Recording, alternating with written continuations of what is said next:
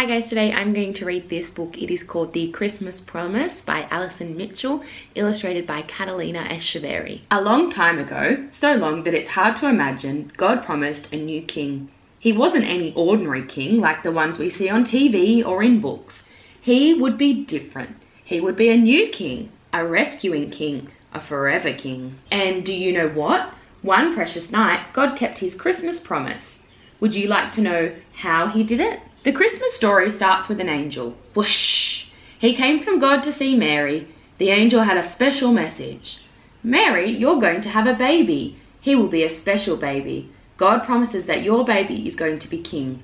Not for a little time, but forever and ever. He will be the forever king. Mary was going to marry Joseph, so God sent another angel. Whoosh! He came to see Joseph.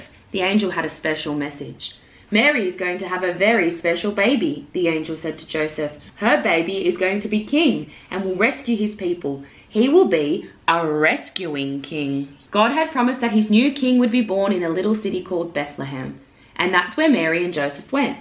But Bethlehem was very busy with lots and lots and lots of people. So when the baby was born, he had to sleep in a manger instead of a bed. All the other mangers in Bethlehem held food for hungry animals to munch. But this manger held a tiny baby. He was God's special new king. The shepherds in the fields had such a surprise. It was quiet and dark and the sheep were snoozing when whoosh!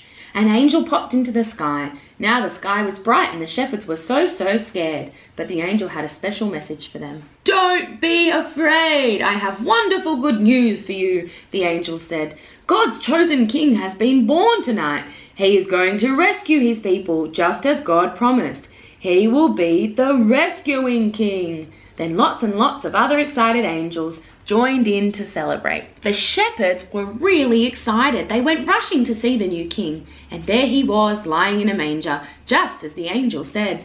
But they weren't the only ones who had heard the good news about the promised new king. Some wise men living far, far away had also been sent a message. It was quiet and dark, and they were watching the stars when whoosh! A new star popped into the sky. The star had a special message. The wise men knew what it meant. A very special king had been born, the king for all God's people. The child was the promised new king. The wise men were so excited, so they went on a long journey to see the new king. And there he was, just as the star had shown them. Everything God promised came true. There are lots and lots of different kings in the world, but God sent the greatest king of all. He sent a new king, a rescuing king, a forever king. And do you know what this king's name is? His name is Jesus. So how do we know that Jesus is the promised king? Well, the Bible tells us.